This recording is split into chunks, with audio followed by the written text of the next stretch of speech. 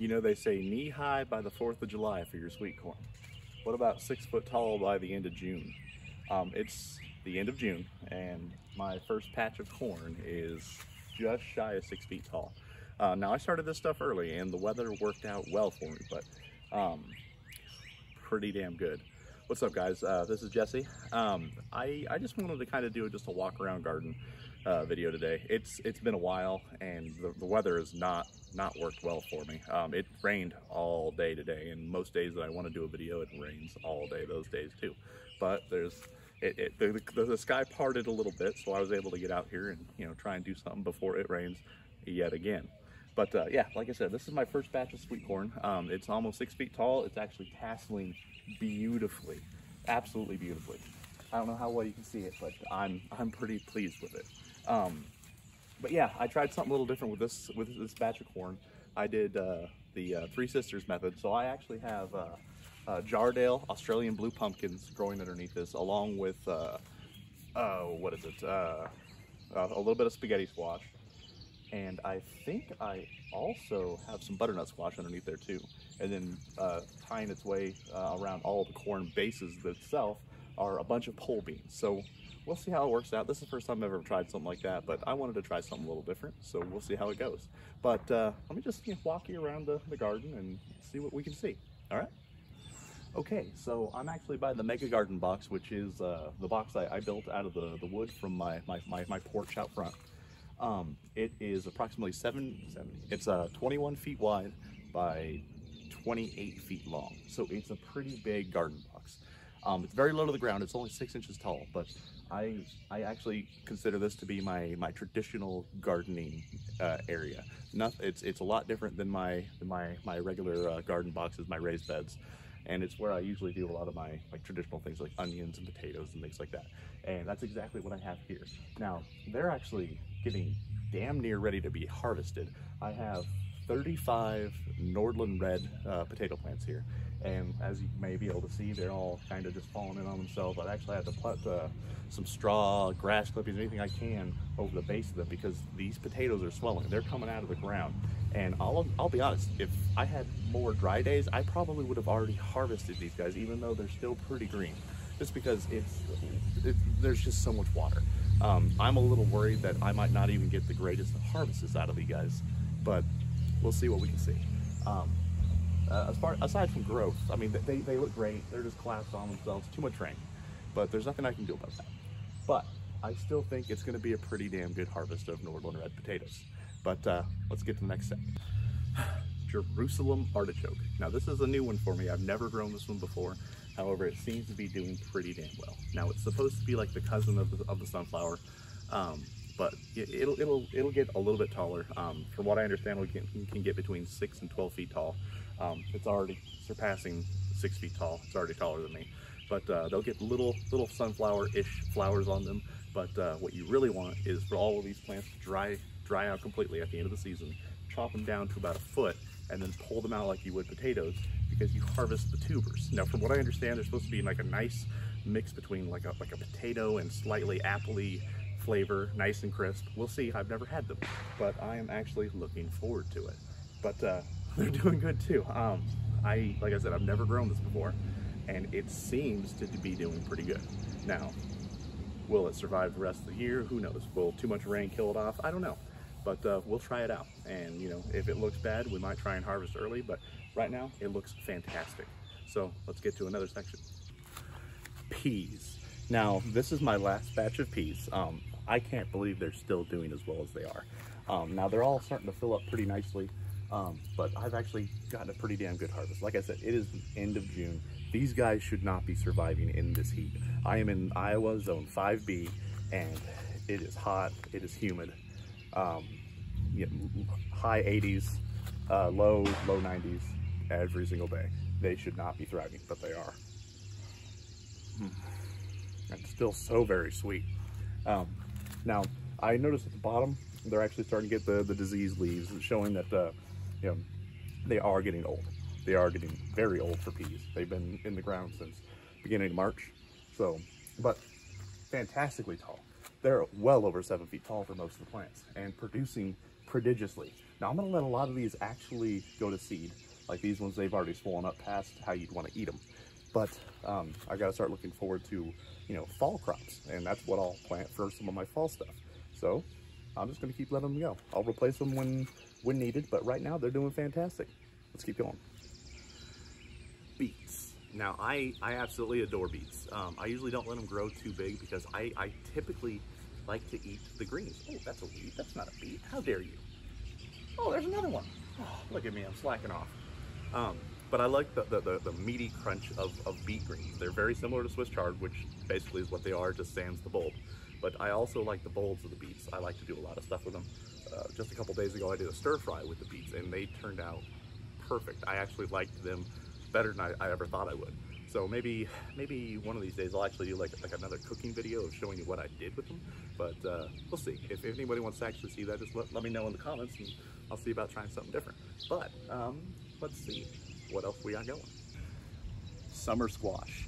Now these are a variety that I've never grown before. I believe they're called scallopini zucchini, and they don't get long like traditional zucchini do. They get very, very flat, like pancakes, like little flying saucers. And I got a bunch of the little ones growing right now.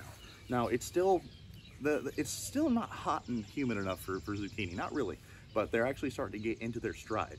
So hopefully, I'm really hoping some of these fruits get a little bit bigger here in the next week or two, and I'll be able to harvest and try something different. I mean, I've got regular zucchini growing everywhere. I always overdo it, so we'll be, you know, to our necks in zucchini pretty soon, which is, you know, not a bad thing, honestly. But let's see what else we got growing. Grapes. This is the third year since I planted these two grapes. So these are Niagara grapes. They're a green grape, seedless. And I've always been told that with grapes, it takes 3 years to produce, and they weren't kidding. I just didn't realize how well they were gonna produce. I've got 16 feet of wire here, and I've got over 40 bunches of grapes. Now some of them are small like that, but a lot of them are damn epic. I don't know if this shows up well, but epic.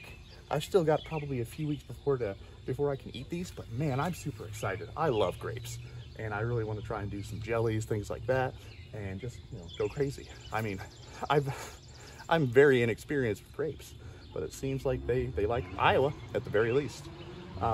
Yeah, super excited. Let's keep going. Peppers, peppers, peppers, peppers, more peppers. I had to move around a few times to get a few of the boxes in. I'll tell you right now, I got overexcited with peppers.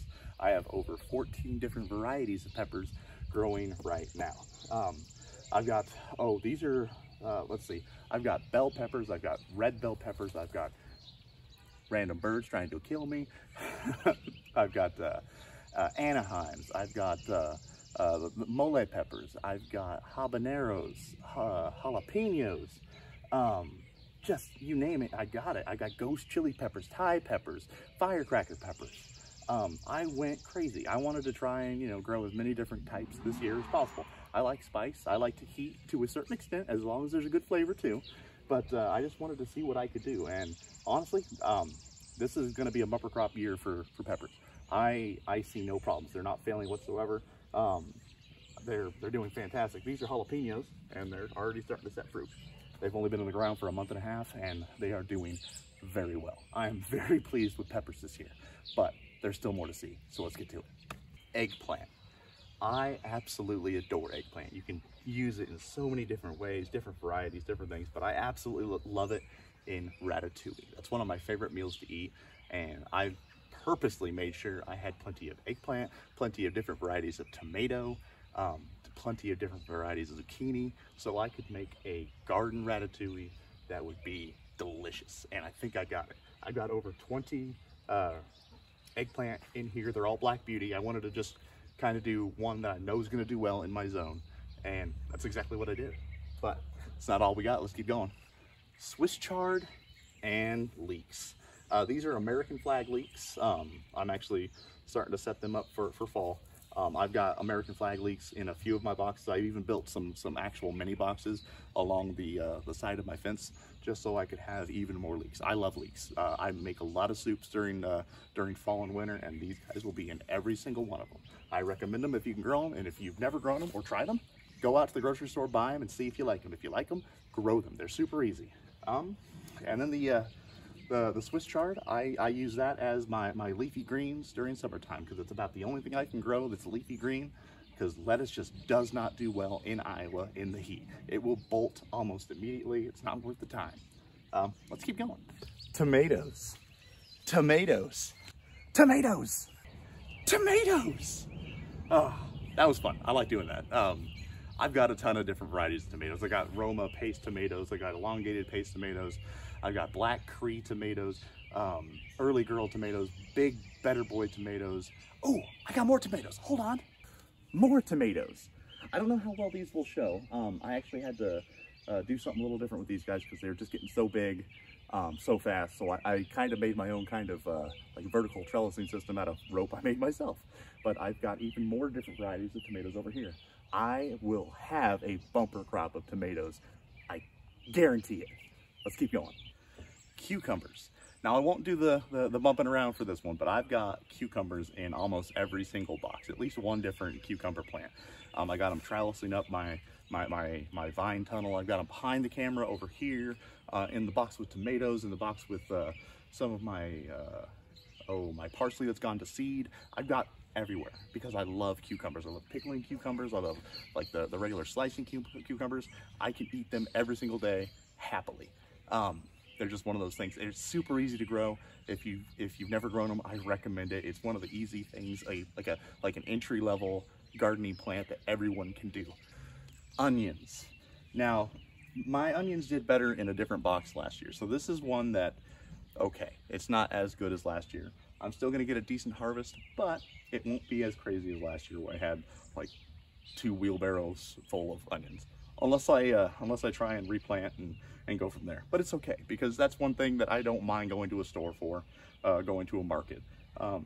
Onions are cheap. I just like growing them because they're onions. Everyone loves onions. Pulling onions, all that kind of stuff. But let's keep going. Cauliflower. Now this is my last bit of cauliflower.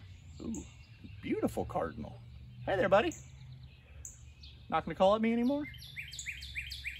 There you go. Am I in your garden? That's probably what you're saying. Get out of my garden, bearded hobo. Well, I'm staying. Cauliflower. Now this is my last batch of cauliflower. It's just getting too hot. I actually need to start wrapping them together to blanch them. I'm not gonna let the heads get very big because we're about to get into some seriously hot weather and they're not gonna do well. So I'll just harvest early and then replace it with something that I know that's gonna do well going forward. Now, that being said, I have a lot of stuff in the garden right now that is going to need to be harvested very soon. And that's just the nature of the game.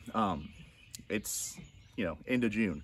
So that means, like, if you go to a grocery store or like a Home Depot, that kind of deal to get more plants, you're not going to find starts anymore. So now is the time to start doing your own seed starts if you don't already.